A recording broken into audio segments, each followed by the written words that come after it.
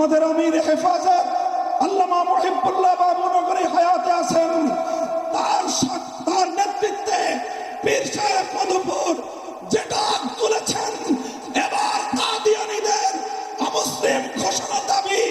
আদায় করার জন্য যদি প্রয়োজন হয় আবার 5 মের মতো ঢাকা অবরোধ করতে হবে, ঢাকা অবরোধ করতে হবে। শুধু ঢাকা নয়, প্রয়োজনে জাতীয় সংসদের দিকে লং মার্চ করতে হবে, বাংলাদেশ অবরুদ্ধ করতে হবে, সকল রাজনীতি বন্ধ করে দিতে হবে, পার্লামেন্ট অচল করে দিতে হবে,